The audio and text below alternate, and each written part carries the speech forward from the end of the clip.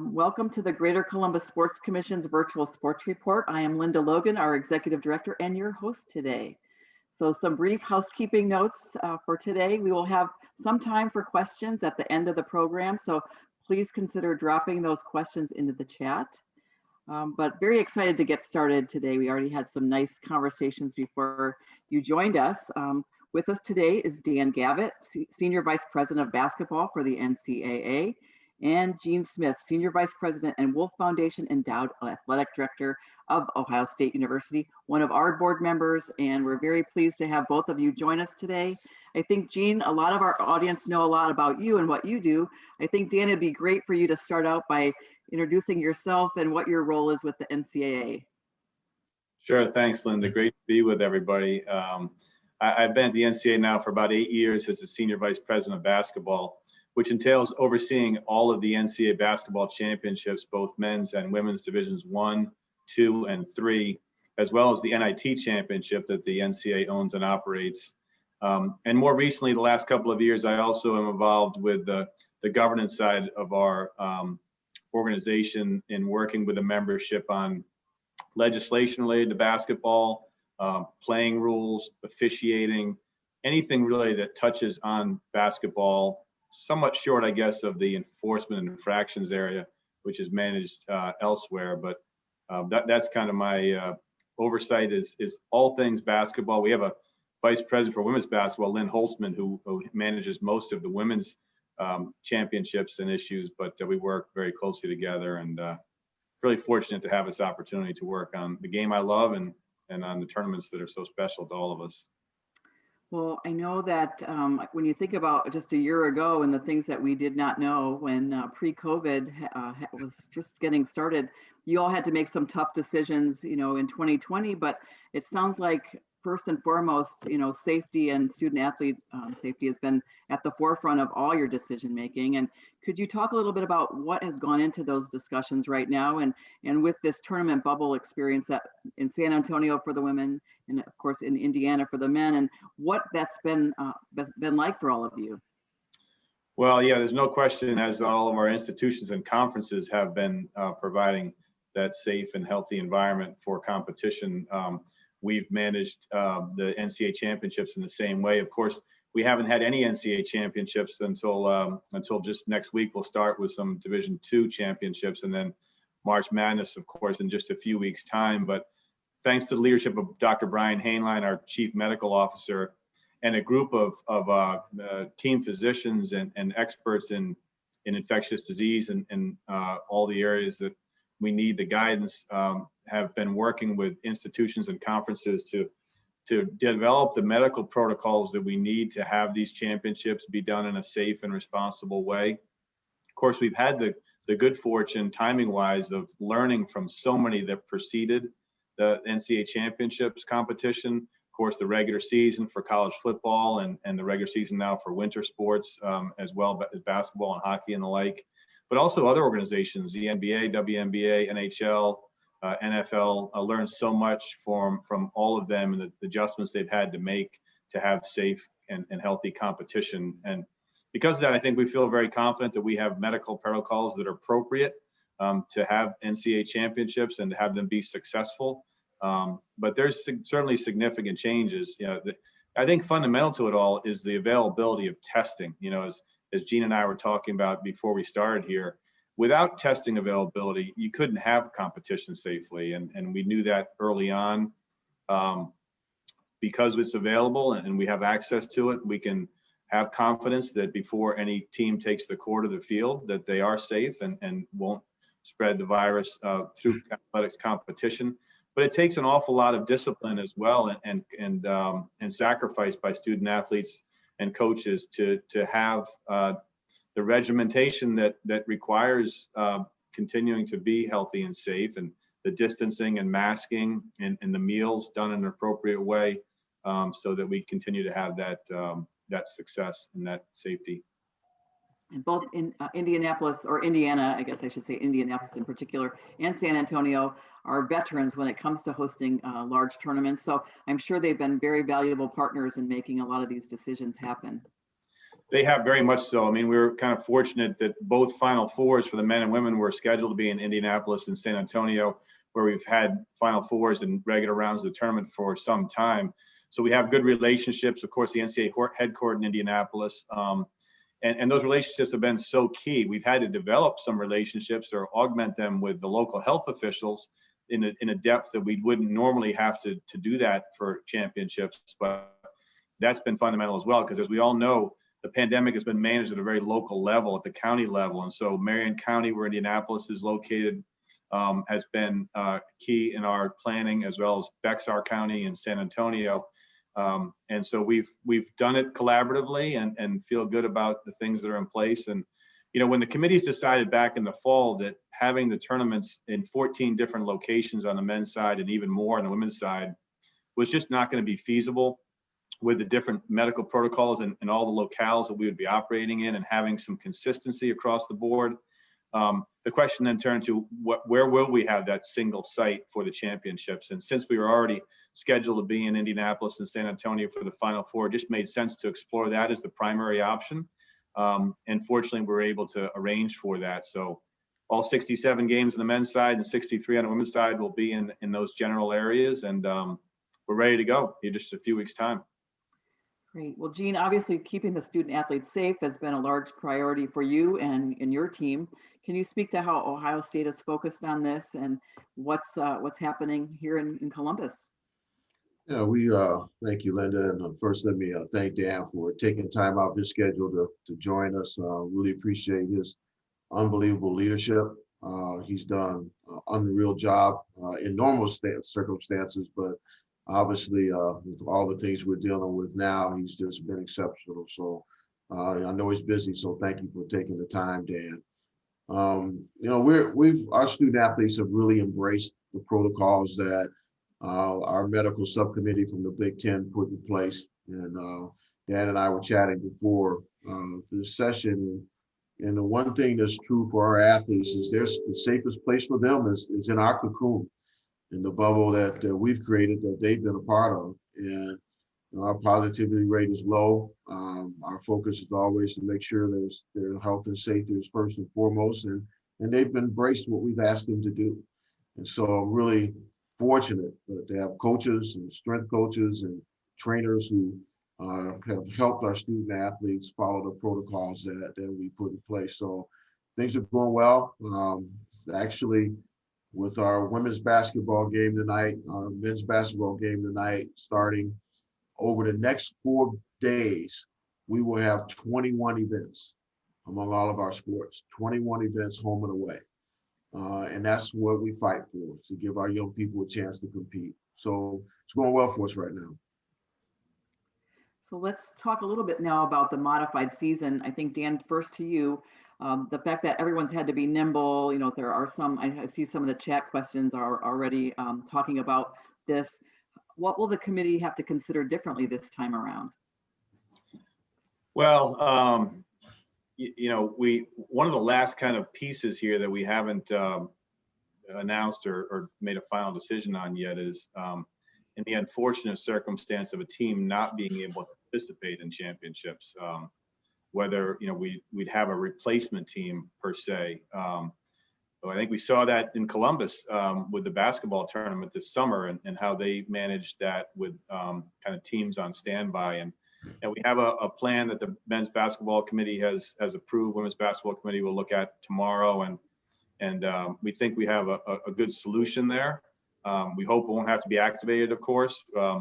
The teams in the men's and women's basketball championships will have to have 7 consecutive daily tests before they arrive in Indianapolis and San Antonio, and then daily testing upon arrival. So we hope and think that the risk of an entire team being ineligible for the championship is low. But nevertheless, we know from what we've seen in the regular season, disruption is part of this for everyone's health and safety through contact tracing. And if it results in a team not being able to play, we'll have a plan in place for a replacement. Before the tournament starts, really, there's not an opportunity to introduce a replacement team once the tournaments are underway, you know, for competitive equity reasons. But we do hope to start both championships with full fields.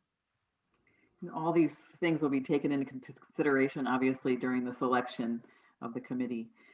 Jean, a little bit about Ohio State, both the men and women's teams. You talked about their big schedule coming up in the next few weeks. Can you speak to that importance of making the postseason and why that is important, not only for yourself, of course, but for all of the fans?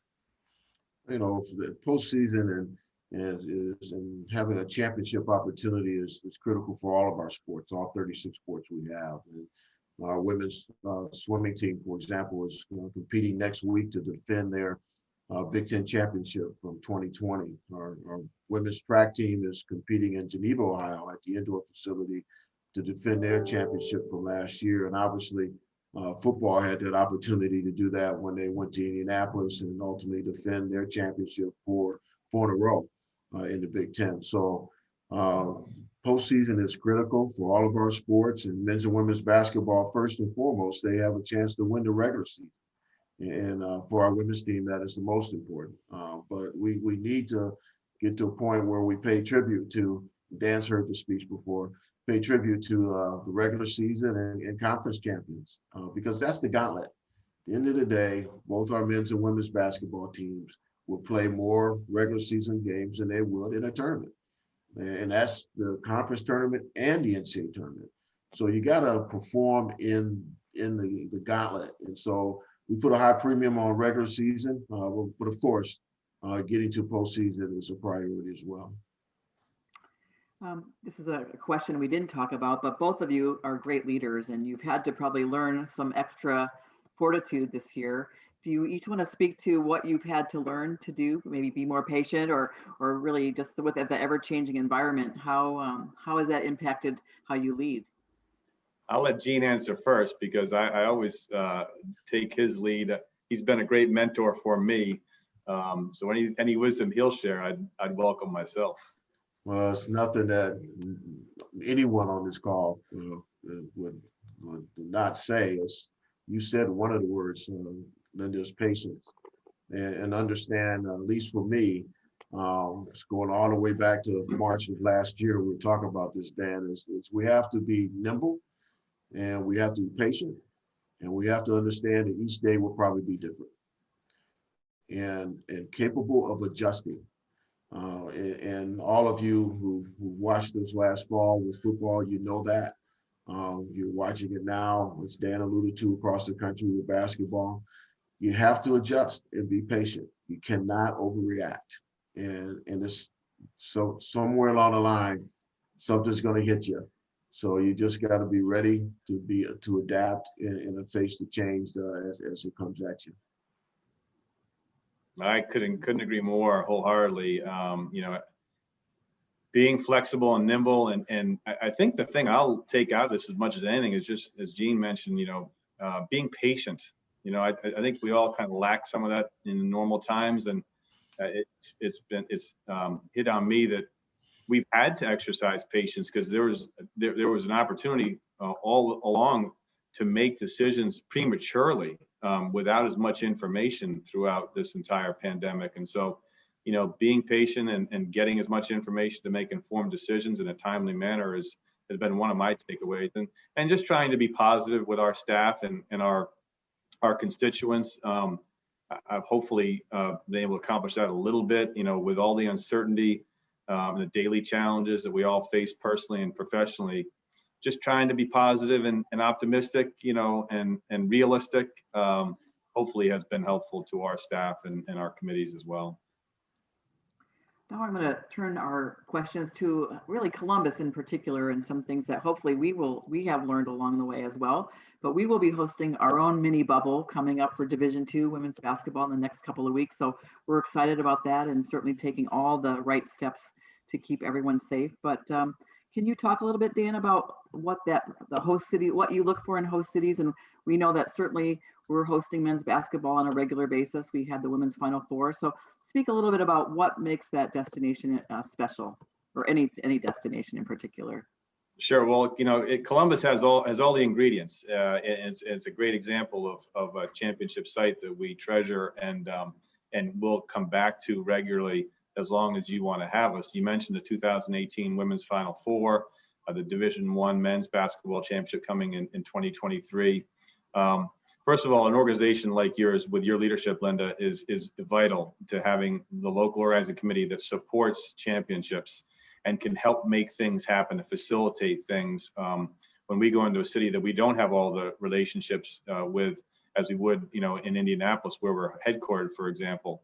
A host institution like the Ohio State University and their incredible experience and staff is critically important as well. Their enthusiasm and embracing championship hosting, whether it's NCAA or Big Ten championships, is really fundamental as well. And then facilities, nationwide arena, for the men's championship and women's championship, and the Greater Columbus Convention Center for the Division II Women's Championship. And then there's also the good fortune of having it be a fairly centralized location, right, for our membership. Much of our membership is east of the Mississippi River, and of course, Columbus is just a vibrant downtown area, a capital city that that embraces sports in general, college sports in particular, and so it really has all of the ingredients, which is why we've been so successful with NCAA championships in Columbus, and we'll keep coming back for that same reason. Thank you so much. And Jean, talk a little bit about, we love when the Buckeyes play in postseason in Columbus, but just, having that added advantage of bolstering an image for a college or university that gets to play in the postseason, and why that is so important for recruiting or getting great coaches. Yeah, I mean, the exposure for Columbus and Ohio State University and all of our public and private institutions in Central Ohio, for example, are, it's phenomenal. You can't buy what that exposure provides. It gives us a great opportunity to talk about our great city. It's just tremendous pride when any of our teams are competing. So it's really enjoyable. And then when you have someone like a Clark Kellogg on CBS who can actually have local knowledge and talk about our environment, it really helps us. So it's great pride, great point of pride, and it's something that we embrace. Well, I think we're at the bewitching hour of taking some questions, Riley, and then we'll come back for some closing comments as well. But I noticed that there's quite a few questions in the chat that we want to get to. So Riley Newhart from our team is going to jump in. Yep. Hi, everyone. We do have a lot of good questions, particularly for you, Dan. So strap in, I guess. First question is just about who will actually be in attendance at these games. I think we've seen different things from different sports leagues over the past year as far as protocol goes. Are you expecting to see local stations allowed to come in and cover the tournament? Will we see any fans at the game? And what does the allotment of tickets for family members for these players look like? Sure. Well, fundamental to our decision to commit to Indianapolis for the men's championship and San Antonio for the women's championship was the ability to have a limited number of family member and player and coach guests in attendance. So that is absolutely approved. There's the travel party for the both championships is 34, inclusive of student athletes, coaches, and administration. And each of those travel party members will have 6 guests welcome. So that's 200 or so for each team, 400 guaranteed. We have not yet made an announcement or decision on general fan attendance. Waiting patiently, as we talked about earlier, to see how things were evolving here in the community with COVID-19. And so we're poised to make an announcement in the next several days about fan attendance, and we're hopeful and optimistic that we may have limited attendance for general fans, but up to and no more than 25%, and that would be a maximum if we get there, based on the size of the 6 different venues we're using in Indianapolis. So in many cases, we won't even come close to 25% by keeping that 6 feet of physical distancing needed in each of the venues. But maybe by the time we get to Lucas Oil Stadium, a much larger venue, we may have slightly closer to 20 or 25% capacity. Media attendance is going to be very limited. All media obligations will be virtual. There'll be no in-person media that will be permitted. So we do have some local writers and television stations that would be credentialed to cover the championship here, and then a number, about 25 national writers that cover college basketball, and then of course the team beat writers will be welcome as well. But that'll be far below what's normally media credential of well over 2,000.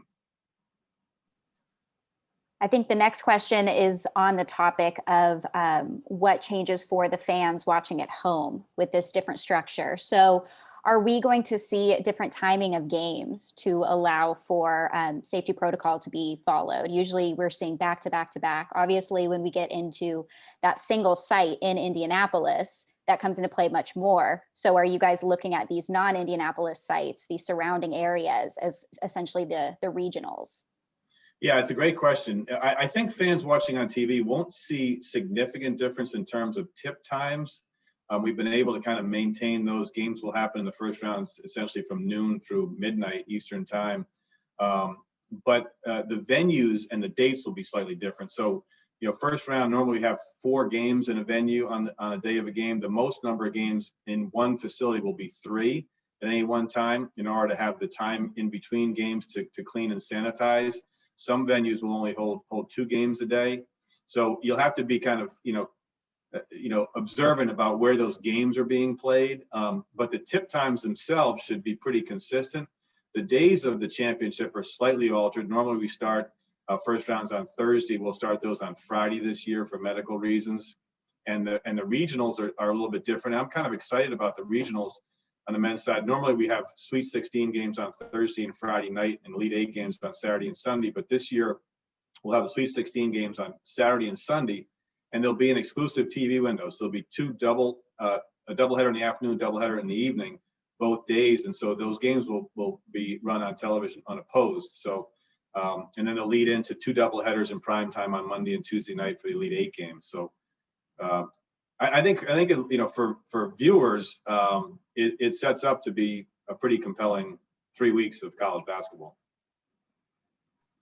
I think it definitely will be as well, especially since we're also hungry for it after not getting it last year. I imagine it's going to be a really exciting time on top of what's always a really, really exciting time. So another question about safety, is there a backup for these surrounding sites? If for whatever reason you see a virus spike in Bloomington, is there any sort of talk about how you guys will handle that, if there will be shifts made?